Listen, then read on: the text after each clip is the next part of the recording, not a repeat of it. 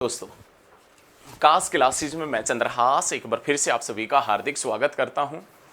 और प्यारे साथियों, आज की ये फिर से हरियाणा जी के विद करंट अफेयर बहुत ही बेहतरीन होने वाली। आज हम हरियाणा जी के करंट अफेयर के साथ में एक बार फिर बेहतरीन तरीके से सीखने का प्रयास करेंगे। आप मेरे साथ में लगातार जुड़े रहना और वीडियो को अंत तक जरूर देखना। आपको भी पता लग जाएगा कि आपको क्या आता है और कौन से प्रश्न नहीं आते थे। बहुत जबरदस्त तरीके से पढ़ेंगे। आज का हमारा पहला जो प्रश्न है ना, वो क्वेश्चन ये है कि टीपरा की पहाड़ियां किस नदी के उत्तर में स्थित है। भाई, टीपरा की पहाड़ियां पड़ती है, टीपरा की पहाड़ियां। टीपरा की पहाड़ियां कौन सी नदी के उत्तर में स्थित है? टीपरा की पहाड़ियां है ना, कौन सी नदी के उत्तर में स्थित है? बहुत बढ़िया दोस्तों, बहुत बढ़िया प्रश्न है लाडलो कि टीपरा की पहाड़ियां कौन सी नदी के उत्तर में स्थित है। तो आप बता देना, टीपरा की जो पहाड़ियां है ना, वो टीपरा की पहाड़ियां भाई साहब कौन सी नदी के उत्तर में स्थित है? तो घग्गर नदी के उत्तर में स्थित है। टीपरा की पहाड़ियां कौन सी नदी के उत्तर में स्थित है? तो आप बताएंगे घग्गर नदी के उत्तर में स्थित है टीपरा की पहाड़ियां। और लाडलो, ये तो घग्गर नदी है ना, घग्गर नदी। और ये घग्गर नदी जो पाकिस्तान में हाकड़ा के नाम से जानी जावे से, घग्गर नदी पाकिस्तान में हाकड़ा के नाम से जानी जावे से। और हाकरा संस्कृति का संबंध भी पूछ लेना तो पाकिस्तान से है। हाकरा संस्कृति का प्रमाण कहां से है? पाकिस्तान से। लेकिन प्यारे साथियों, याद रखना, हरियाणा में हाकरा संस्कृति के प्रमाण कहां से मिले? हरियाणा में हाकरा संस्कृति के प्रमाण कहां से मिले हैं? तो दोस्तों आप बता देना, कुनाल से मिले हैं, कुनाल से। और कुनाल कहां है? फतेहाबाद में। और इसकी खुदाई किसके नेतृत्व में हुई थी? तो जेएस खत्री के नेतृत्व में हुई थी, जेएस खत्री के नेतृत्व में। प्यारे साथियों, याद रखना, टीपरा की पहाड़ियां कौन सी नदी के उत्तर में से है? तो आप बता देना, घग्गर नदी के उत्तर में स्थित है टीपरा की पहाड़ियां। और घग्गर नदी जिसे पाकिस्तान में हाकड़ा के नाम से जानते हैं, पाकिस्तान और हाकड़ा संस्कृति का संबंध भी कहां से है? पाकिस्तान से। लेकिन हाकड़ा संस्कृति का प्रमाण हरियाणा में कहां से मिला है? कुनाल से। कुनाल कहां है? फतेहाबाद में। लेकिन दोस्तों याद रखना, टीपरा की जो पहाड़ियां है ना, वो घग्गर के उत्तर में स्थित है। लेकिन क्वेश्चन तो एक बार एचएसएससी ने पूछा था प्रश्न कि कौन सी नदी टीपरा हिल्स को मोरनी हिल्स से अलग करती? कौन सी नदी ऐसी है जो टीपरा हिल्स को मोरनी हिल्स से अलग करती है? तो आप बता देना, घग्गर नदी। या मोरनी हिल्स और टीपरा हिल्स के बीच बहने वाली जो नदी है वो कौन सी नदी है?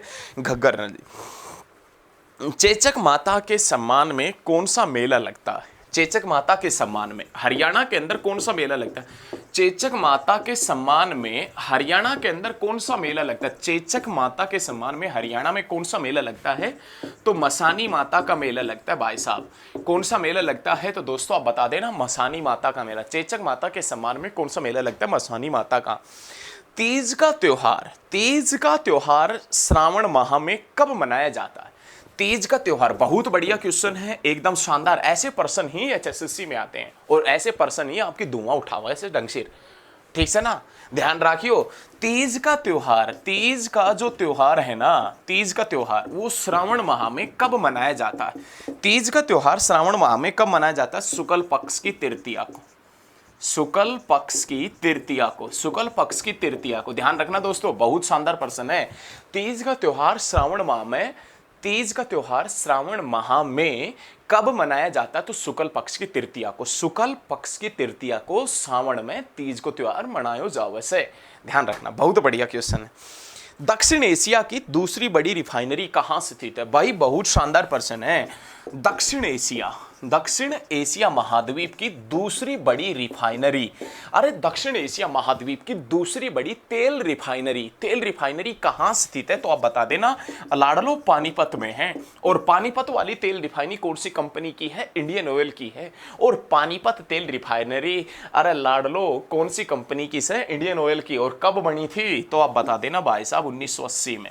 मेवात विकास बोर्ड, अरे मेवात ने सुधारण खातर है, मेवात ने सुधारण खातर मेवात की जो मेवात विकास बोर्ड है वो कब बने हो? तो 1980 में ही बने तो। और 1980 में ही भाई साहब ध्यान रखना, पानीपत में तेल रिफाइनरी लगी थी, जो दक्षिण एशिया महाद्वीप की दूसरी बड़ी तेल रिफाइनरी है।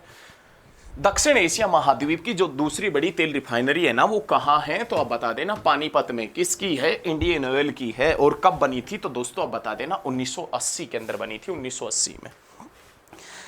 नेक्स्ट पर्सन, वर्तमान में हरियाणा में कितने संरक्षण रिजर्व है? वर्तमान में हरियाणा के अंदर वर्तमान में हरियाणा के अंदर कितने संरक्षण रिजर्व है? तो वर्तमान में हरियाणा के अंदर दो संरक्षण रिजर्व है भाई।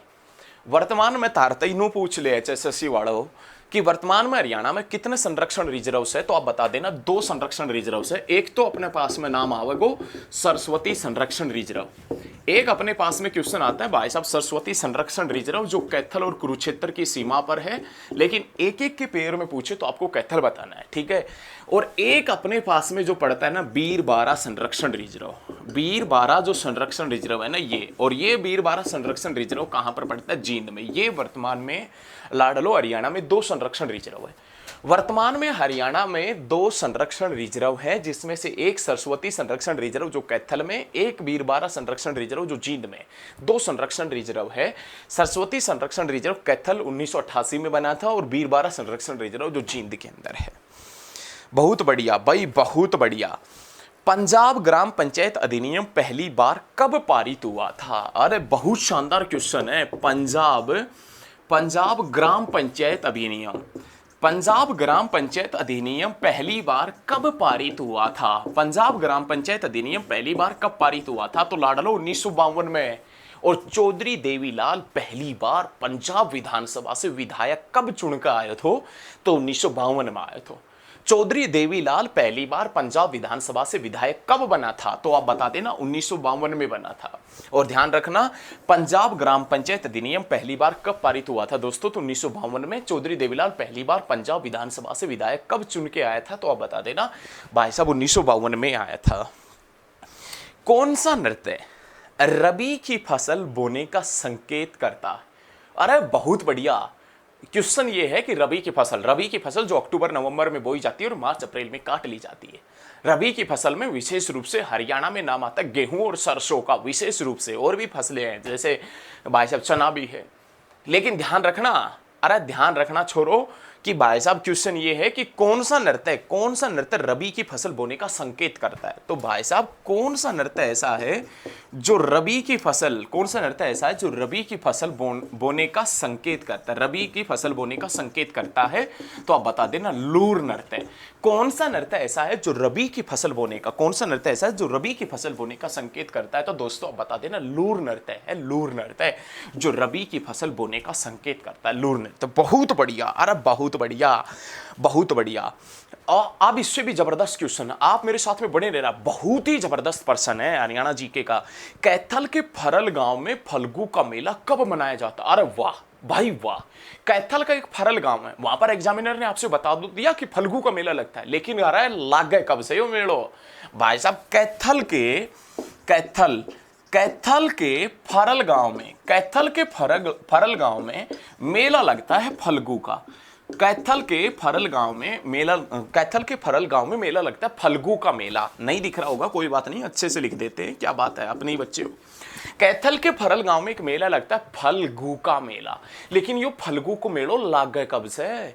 फल्गु का मेला लगता कब है? तो कैथल के फरल गांव में जो फल्गु का मेला लगता है ना दोस्तों, वो कब लगता है? तो आप बता देना भाई साहब सोमवती अमावस्या को लगता है, सोमवती अमावस्या। बहुत बढ़िया क्वेश्चन है, बहुत बढ़िया, शानदार एकदम प्रश्न, शानदार प्रश्न है। कैथल के फरल गांव में मेला लगता है फल्गु का, लेकिन वो फल्गु का मेला लगता कब है? फल्गु का मेला कब लगता है फरल गांव में? तो सोमवती अमावस्या को लगता है, सोमवती अमावस्या को फल्गु का मेला लगता है। दोस्तों आप एक बार वीडियो को साथ के साथ में जितने भी स्टडी ग्रुप में आप जुड़े हैं ना, सभी स्टडी ग्रुप में वीडियो को शेयर करते हुए चलिएगा। सभी स्टडी ग्रुप में वीडियो को शेयर करें प्लीज, ये रिक्वेस्ट है आपसे भाई। बहुत बढ़िया। हरियाणा में दहसाला प्रणाली, राजस्व संग्रह और कृषि कर की व्यवस्था किसने पेश की थी? क्वेश्चन बहुत ही जबरदस्त है। हरियाणा के अंदर, हरियाणा में दहसाला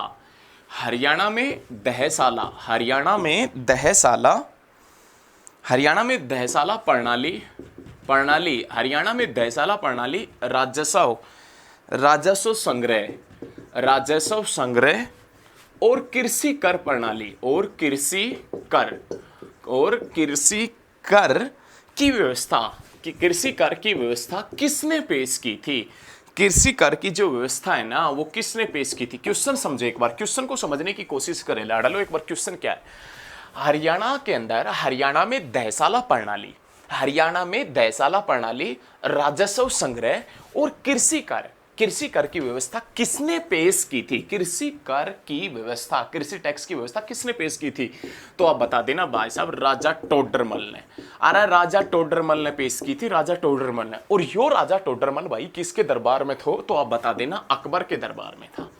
अकबर के दरबार का नवरत्न था। अकबर के दरबार में रत्न कितने थे? 9। और एक रत्न जिसका नाम राजा टोडरमल था, और उसी ने हरियाणा में दयसाला प्रणाली, राजस्व संग्रह और कृषि कर की व्यवस्था करी थी। ठीक है, बड़े जबरदस्त तरीके से हम पढ़ेंगे। हरियाणा में बरसात के मौसम का स्वागत करने के लिए कौन सा त्योहार मनाया जाता है? हरियाणा में बरसात के मौसम का, हरियाणा में बरसात के मौसम का स्वागत करने के लिए कौन सा त्योहार मनाया जाता है? तो दोस्तों आप बता देना, तीज का त्योहार। हरियाणा में बरसात के मौसम का स्वागत करने के लिए कौन सा त्योहार मनाया जाता है? तो तीज का त्योहार। भाई बहुत जबरदस्त है। हरियाणा में बरसात जब आवेगी ना, बारिश जब आवेगी, जब मैं बरसेगा हरियाणा में, तो उसका स्वागत करने में कौन सा त्योहार मनाया जावे से? तो आप बता देना भाई साहब, तीज का त्योहार। ठीक है ना, हरियाणा में आई बारिश, और बारिश का स्वागत करने खातर हरियाणा में मनाया जाए से तीज को त्योहार। बहुत बढ़िया क्वेश्चन है। हरियाणा में बरसात के स्वागत के लिए कौन सा त्योहार मनाया जाता है? तो लाडलो आप बता देना, तीज का त्योहार मनाया जाता है हरियाणा के अंदर। भाई बहुत बढ़िया। हवा सिंह का संबंध किस खेल से रहा है? हवा सिंह, अरे इसी के नाम पर तो भाई साहब हवा सिंह है ना, हवा सिंह, इसी के नाम पर तो भाई साहब बॉक्सिंग अकादमी है। हवा सिंह का संबंध किससे है? तो आप बता देना, मुक्केबाजी। और मुक्केबाजों का पावर हाउस या बॉक्सिंग का पावर हाउस किस जिले को कहते हैं? भिवानी को। और प्रसिद्ध प्रोफेशनल बॉक्सर विजेंद्र सिंह का संबंध भी कहां से है लाडलो? तो भिवानी से है। विजेंद्र सिंह का संबंध भी कहां से है? भिवानी से। बहुत बढ़िया। हरियाणा के किस प्रसिद्ध शिक्षाविद ने केरल और गुजरात के राज्यपाल के रूप में कार्य किया है? और बहुत बढ़िया क्वेश्चन है। हरियाणा के किस प्रसिद्ध शिक्षाविद ने, हरियाणा के किस प्रसिद्ध शिक्षाविद ने, हरियाणा के किस प्रसिद्ध शिक्षाविद ने केरल और गुजरात के राज्यपाल, केरल और गुजरात के राज्यपाल के रूप में कार्य किया है? तो स्वरूप सिंह ने। भाई बहुत बढ़िया दोस्तों, बहुत लाडलो, बहुत शानदार पर्सन है। हरियाणा के किस प्रसिद्ध शिक्षाविद ने, हरियाणा के किस प्रसिद्ध शिक्षाविद ने केरल और गुजरात के राज्यपाल के रूप में कार्य किया है? मतलब हरियाणा का कौन सा व्यक्ति ऐसा था, जो कौन सा व्यक्ति शिक्षाविद था हरियाणा का, जो केरल और गुजरात का राज्यपाल भी बना था? तो स्वरूप सिंह। भाई क्वेश्चन पूछे ना, हरियाणा के किस प्रसिद्ध शिक्षाविद ने केरल और गुजरात के राज्यपाल के रूप में कार्य किया था? तो स्वरूप सिंह। तो लाडलो, मेरे द्वारा दी गई जानकारी तुमने अच्छी लगी हो तो इस वीडियो ने शेयर जरूर करना, और आप मेरे चैनल के ऊपर नए हो तो चैनल ने अभी सब्सक्राइब कर लो, और वो घंटी भी दबा लेना। जब तक घंटी नहीं दबाएंगे तब तक नोटिफिकेशन आपके पास में आएगा नहीं। तो आपको मेरे द्वारा दी गई जानकारी अच्छी लगी हो तो इस वीडियो को ज़्यादा से ज़्यादा स्टडी ग्रुप में शेयर करना, मेरे साथ में बने रहना। लगातार बहुत ही शानदार तरीके से हम हरियाणा जीके पढ़ेंगे, सबसे बेहतरीन, सबसे शानदार। आज के लिए इतना ही। जय हिंद, जय हरियाणा दोस्तों, धन्यवाद। जय हिंद, जय भारत।